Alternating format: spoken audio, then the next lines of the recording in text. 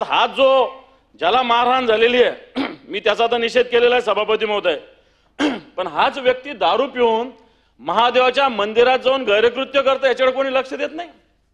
आपण हिंदुत्ववादी सरकार म्हणता आणि त्या महादेवाच्या मंदिरात जाऊन दारू पिऊन ज्या पद्धतीने त्याची वर्तणूक आहे त्याच्याकडे हिंदुत्ववादी दुर्लक्ष करतात।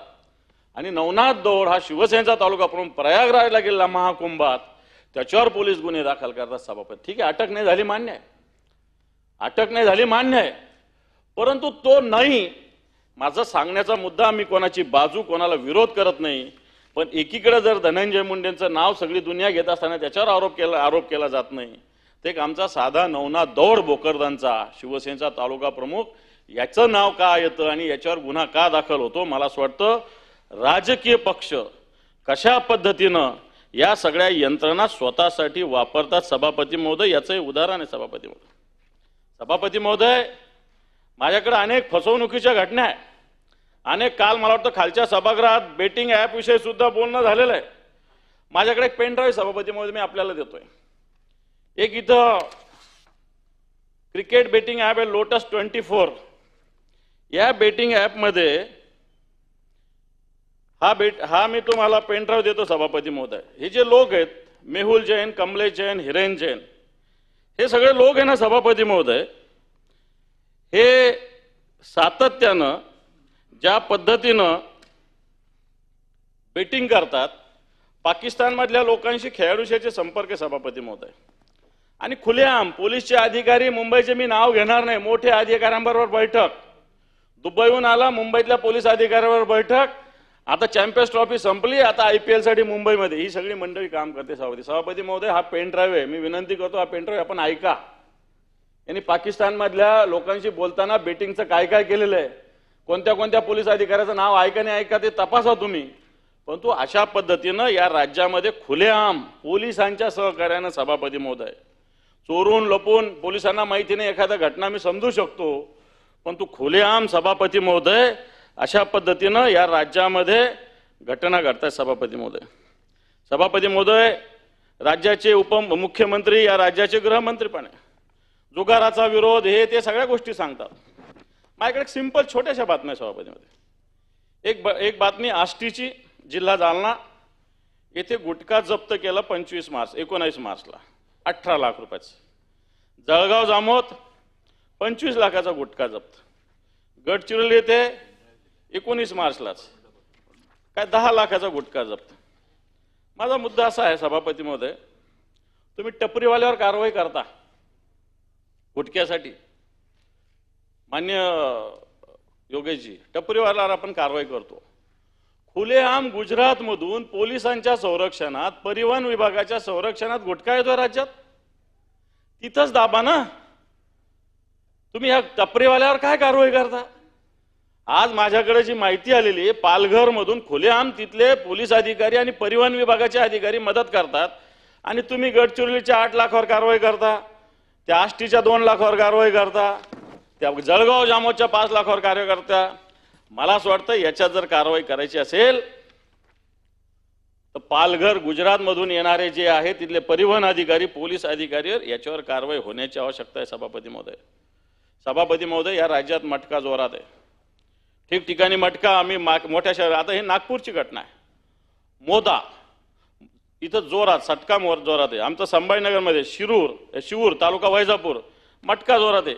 अशा जर घटना बघितल्या सभापती महोदय तर या राज्यामध्ये ज्या पद्धतीने अशा घटना घडतात तर या घटनेला जबाबदार कोण आहे सभापती महोदय। हे राज्य, मला वाटतं पोलीस ज्या पद्धतीने या सगळ्या गुन्हेगारांना सभापती महोदय मदत होते, एखाद्या वेळेस पोलिसांचं सापडलं नाही, हे नाही ते नाही मी समजू शकतो, पण पोलिसांचा याच्यातला सहभाग सगळ्यात मोठा दुर्दैवी सभापती महोदय। आणि म्हणून एक घटना माझ्याकडे, आता एक ठाण्याला एका केसमध्ये FIR दाखल झाला, घटना घडलेली तशी पाहायला गेलं तर नारायणगाव म्हणजे पुणे, एक अहमदाबादचे काही लोक आहे, सुधीर कोठडे नाव आहे त्यांचं, डिजिटल गुंतवणुकीच्या माध्यमातून त्या भागातील लोकांची 2000 कोटी रुपये त्यांनी जमा केले। गृहमंत्री साहेब, 2000 कोटी रुपये, केस बघा तुम्ही लागलं तर लगेच थोड्या वेळाने हे करा। ही रक्कम त्यांनी हवालाच्या मार्फत विदेशात पाठवली, भारतातही त्यांनी क्यूफॉन ॲप आणि ॲजोबॅन इंडिया, दुबईत ऑलिम्पस या ठिकाणी त्यांनी गुंतवणूक केली. त्याच्यानंतर त्याच्यात एक पराग अशोक कुमार शहा नावाचा व्यक्ती होता. यांनी सुद्धा अशा पद्धतीनं तिथं पैसा जमा केला.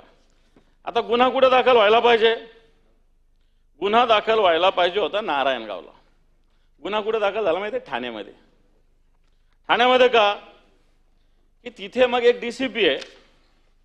सीपी काही काम करत नाही, डीसीपीच ऍक्टिव्ह आहे तिथं. डीसीपी जसा सांगतो तसं सीपी करतो ठाण्याचं काम. मी अपमान करत नाही सीपीचा, मी अपमान करत नाही, परंतु अशी स्थिती या ठाण्यामध्ये. आणि या ठिकाणी 2021 पासून हे सगळे घटना घडत असताना गुन्हा दाखल झाला फक्त 20 कोटी रुपयाचा. तक्रारीत 510 कोटी म्हटलेलं आहे. गुन्हा दाखल होतो सभापती महोदय फक्त 20 कोटीचा. हा डीसीपी कोण आहे? पोलीस खात्यानं शोधावं. यांनी काय हा 20 कोटीचा आणि ठाण्याशी याचा लिंक काय? मला असं वाटतं यांनी गुन्हा दाखल करायचा तर पुण्यात किंवा नारायणगावला करायला होता. परंतु अशा पद्धतीनं स्वतःचे इंटरेस्ट जपण्यासाठी अशा पद्धतीनं गुन्हा जो 510 कोटीचा होता तो फक्त सभापती महोदय 20 कोटीचा गुन्हा या ठिकाणी नोंदवला गेला आहे. सभापती महोदय मागच्या काळामध्ये अनेक घटना केल्या. या राज्यातील महाविकास आघाडीचं सरकार असताना वेगवेगळ्या पद्धतीनं टीका होत होती कायदा सुव्यवस्था. सुशांत सिंहची ज्यावेळेस मृत्यू झाला त्यावेळेस या राज्यातील पोलीस यंत्रणेवर सरकारवर आरोप केले गेले. मला वाटतं काल परवा CIDचा एक रिपोर्ट आलेला आहे.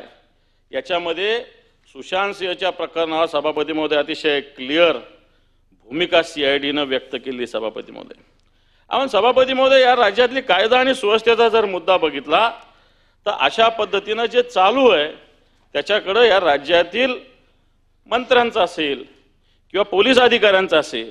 आज पोलीस अधिकारी फक्त सत्ताधारी पक्षाच्या लोकांची हुजरेगिरी करण्यामध्ये गुंतलेली. सभापती महोदय, मी उदाहरण देईल. माझ्याकडे अजून अनेक उदाहरणं आहेत. एका मंत्र्याच्या सांगण्यावरून एका महिलेवर कशा पद्धतीनं फसवलं जातं. ठीक आहे, तिनं लाच स्वीकारली असेल परंतु गुन्हा नाही असं नाही होऊ शकत. गुन्हा आहेच मंत्र्यावर. सभापती महोदय, पत्रकाराला अटक केलं जातं, गुन्हा आहे सभापती महोदय. पोलिसांचा वापर अशासाठी होतोय. पोलिसांचा वापर व्यक्तिगत हितसंबंधासाठी या राज्यात होतोय. आधी अशा पद्धतीनं कधीही पोलीस या राज्यात वागत नव्हते, परंतु आत्ताच्या घडीला अशा पद्धतीनं पोलीस यंत्रणा या राज्याच्या सरकारने सभापती महोदय म्हणतो स्वतःच्या व्यक्तिगत कामासाठी वापरायला सुरुवात केली. सभापती महोदय, सभापती महोदय,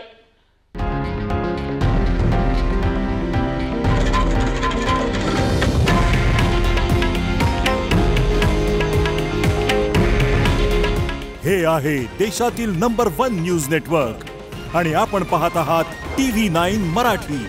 काळजी तुमची, हित महाराष्ट्राचं.